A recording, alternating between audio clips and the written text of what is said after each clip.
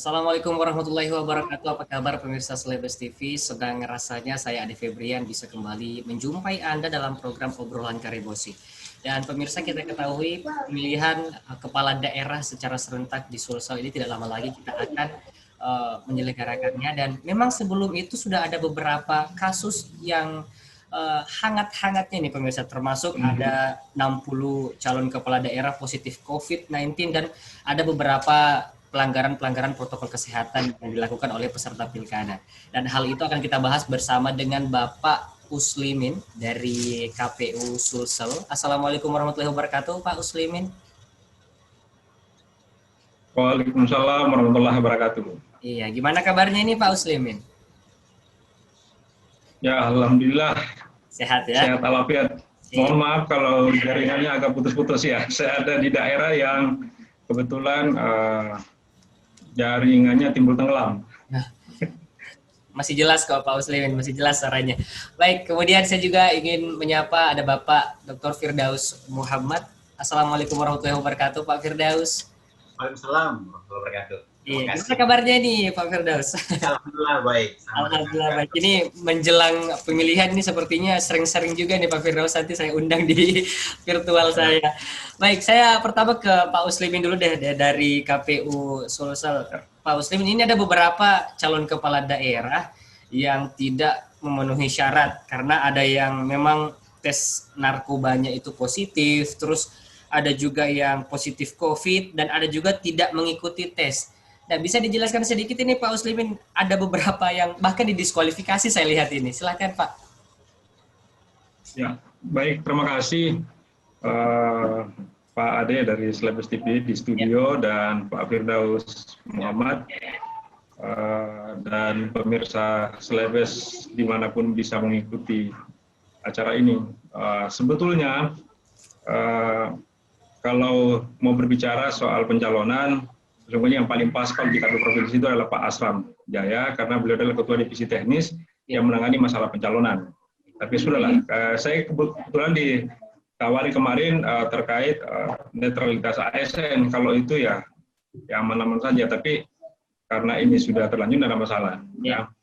Terkait dengan ribut-ribut hasil pemeriksaan kesehatan, ada yang karena COVID, itu sudah diatur dengan jelas di dalam regulasi KPU RI.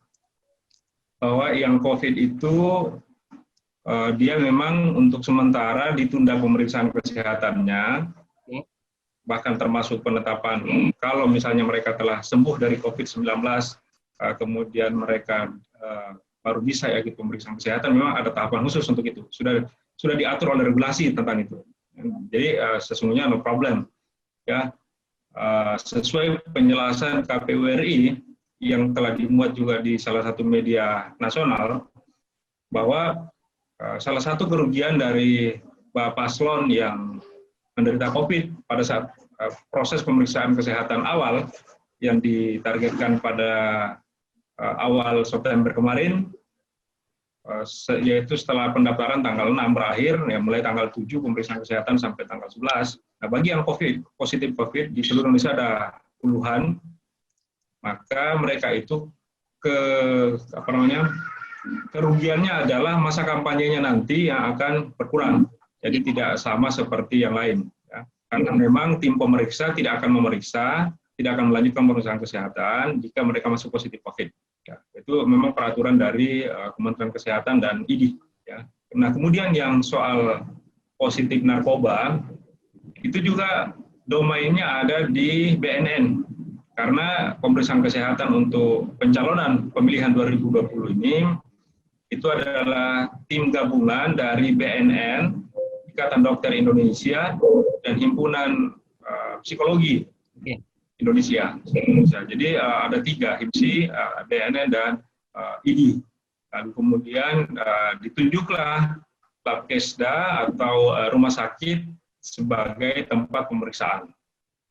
Labkesda ini adalah pemeriksaan untuk COVID, sehingga kemudian hasilnya seragam, karena maksud saya hasilnya bisa dipertanggungjawabkan, semua Bapaslon diperlakukan sama, tidak memeriksakan di tempat-tempat yang tidak direkomendasikan oleh tim pemeriksa yang terdiri dari gabungan BNN, pihak rumah sakit, dan ID serta HIMSI. IMSI ini untuk kesehatan jiwa, PNN untuk narkobanya, dan ID-nya untuk kesehatan jasmani. Jadi seperti itu. Nah, regulasinya juga sudah jelas ya di dalam PKPU. Kemudian pada saat sosialisasi sudah disampaikan kepada LO-nya semua bahwa pemeriksaan ini sifatnya pemeriksaan tunggal. Apapun hasilnya, KPU hanya meneruskan menjadikan itu sebagai dasar pijakan apakah yang bersangkutan bisa lanjut tahapan berikutnya, masuk ke verifikasi perbaikan berkasnya, dan kemudian ikut penetapan atau tidak, itu di luar kuasa KPU, karena itu murni hasil pemeriksaan kesehatan, mau A, B, C, D, pemeriksaan kesehatannya itu adalah domain dari tim pemeriksa kesehatan gabungan. Ya, jadi dan di dalam regulasinya juga sudah disepakati bahwa tidak ada pemeriksaan pembanding, dan itu semua calon sudah ketahui. Jadi kalau belakangan ini tiba-tiba ribut-ribut mengklaim bahwa dia merasa sehat, tidak seperti hasil pemeriksaan, ya silakan berurusan dengan tim pemeriksa. Ya, karena memang kami diikat oleh regulasi seperti itu. Ya. Nah, demikian.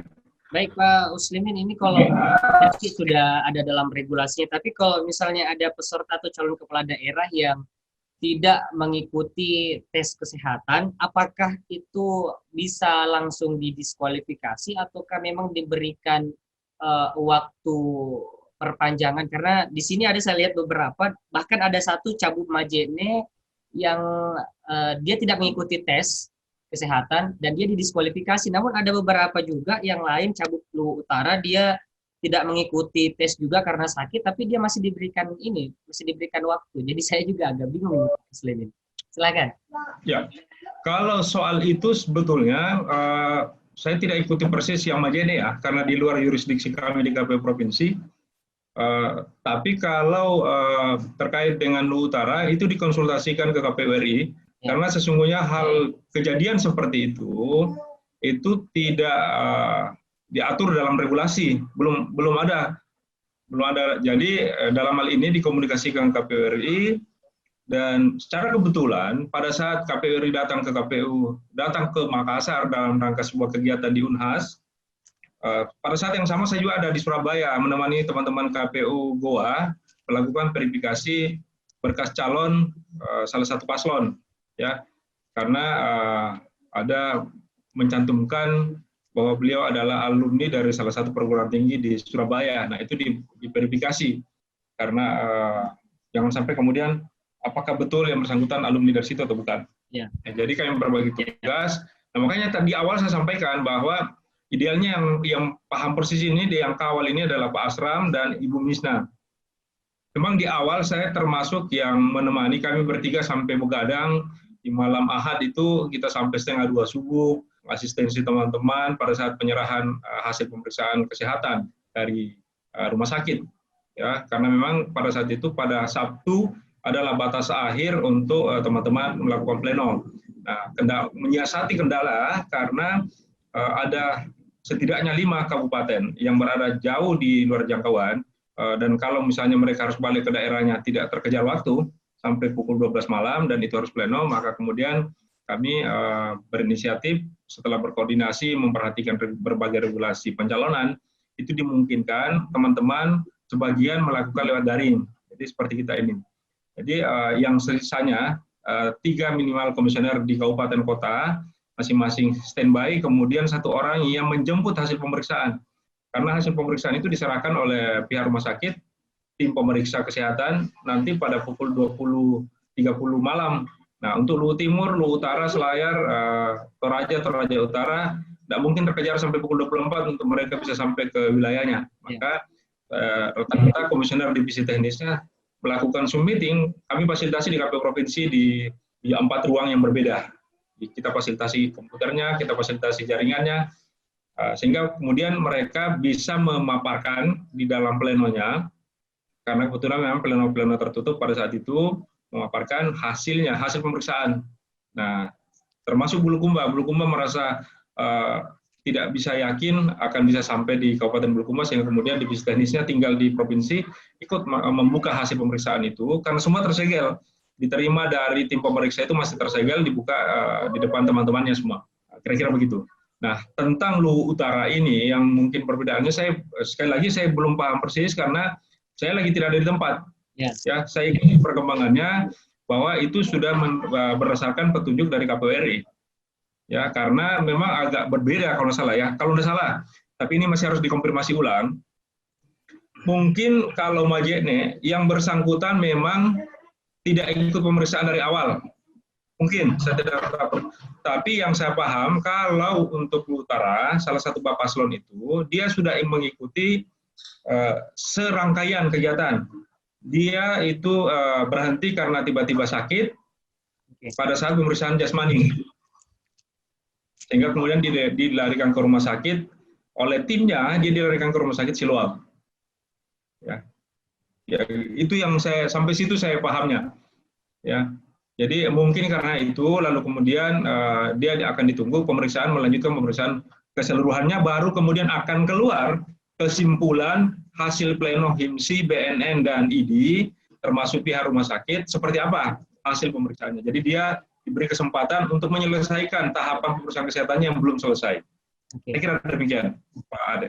Baik, terima kasih Pak Uslimin. Saya ke Bapak Firdaus Muhammad selaku pengamat. Pak Firdaus, ini kalau dilihat pilkada tahun ini memang dibayang-bayangi dengan pembatasan sosial, dikarenakan memang angka positif di Sulsel ini mungkin jadi pemicunya. Bahkan ada beberapa pelanggaran protokol kesehatan terjadi pada saat mungkin deklarasi, pengantaran proses pendaftaran, seperti itu. Nah, kalau dari Pak Firdaus sendiri melihat ini seperti apa, Pak Firdaus? Oh ya, terima kasih Pak Uslimin. Sama berbahagia. Pak Ade dan seluruh pemirsa. Saya kira tahapan itu menjadi hal yang krusial karena disitulah menjadi penentu kepastian bahwa kandidat itu bisa maju atau tidak. Nah, ini serangkaian tahapan seperti yang dikatakan Pak Uslimin tadi, ini harus dilalui. Nah, yang menjadi persoalan adalah ketika ada problem kesehatan yang dialami kandidat, yang kemudian sebenarnya ya kalau ketika dinyatakan itu sakit, ya tergantung sebenarnya konsultasinya dengan pihak medis, lalu kemudian yang terpenting lagi adalah regulasi. Nah, yang menjadi persoalan adalah regulasi kita untuk beradaptasi ke pandemi ini saya kira belum maksimal. Jadi boleh saja nanti di PKPU itu ada nanti susulan perbaikan-perbaikan, sementara tahapan sudah berjalan. Nah, yang kita khawatirkan adalah jangan sampai regulasi ini diterapkan lebih fleksibel, tetapi mengundang protes dari lawan politiknya ataupun dari masyarakat. Karena kalau misalnya yang bersangkutan dikatakan positif COVID, itu efeknya besar sekali. Karena ada tahapan-tahapan berikutnya yang harus dilalui. Sehingga saya kira faktor kesehatan menjadi utama, tetapi juga jangan sampai serta-merta menggugurkan, mendiskualifikasi calon hanya karena sakit, dan sakitnya juga temporal. Yang saya maksud itu beda kalau ada potensi penyakitnya yang membahayakan. Kalau misalnya hanya sakit temporal, kelelahan, termasuk di dalamnya COVID itu kalau mengisolasi diri, tertib, menjaga asupan gizi yang baik, saya kira bisa sembuh, tetapi itu butuh waktu. Nah, ini yang menjadi persoalan adalah bagaimana kesiapan KPU menghadapi itu. Nah, kedua, saya kira juga dari KPU berikut dengan Bawaslu harus ada ketegasan terkait dengan proses pendaftaran yang kemudian menjadi kerumunan. Ya, tentunya dari protokol kesehatan itu tentu dilanggar. Saya kira tidak cukup dengan hanya meminta maaf, tetapi itu harus ada peringatan, harus ada sanksi, baik dari KPU maupun dari Bawaslu, karena ini membahayakan. Jadi ketika dari kerumunan massa itu ya kita tidak bisa garansi, tidak bisa jamin bahwa di situ nanti ada yang terpapar. Betul. Bahkan sebenarnya yang menjadi wacana ini adalah karena ada informasi bahwa Makassar, Sulawesi Selatan sebagian, itu justru ada peningkatan COVID, sehingga sedikit banyaknya ada wacana minta supaya itu ditunda. Problem lagi kalau ditunda, Tetapi kalau misalnya kandidat ini tidak tertib, tetap terjadi kerumunan massa dan ternyata angka orang positif, terutama yang teridentifikasi oleh tim COVID, tim gugus COVID itu bisa saja menjadi dalil alasan ini ditunda, dan itu saya kira resikonya jauh lebih besar.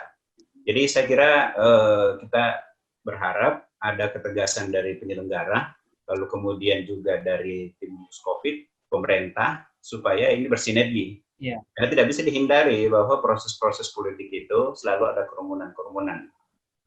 Ini saja belum kampanye, kandidat sudah masif turun, karena ini kan belum masa kampanye, belum diatur. Yeah. Justru banyak yang sudah curi start, dan itu kalau kita perhatikan kerumunan-kerumunan itu sangat resisten. Gitu. Jadi soal persoalan kesehatan ini bagi saya sangat krusial, apalagi kalau yang COVID. Kalau misalnya terkait narkoba ya kan sudah jelas, tapi kalau COVID ini harus lebih berhati-hati, karena kalau misalnya dibiarkan itu membahayakan masyarakat, tetapi kalau didiskualifikasi merugikan kandidat, maka harus saya kira ada jalan tengah. Nah, tapi yang terpenting tadi adalah ada kepatuhan dari semua kandidat beserta timnya, dan minta juga kepada masyarakat untuk tetap mengedepankan protokol kesehatan.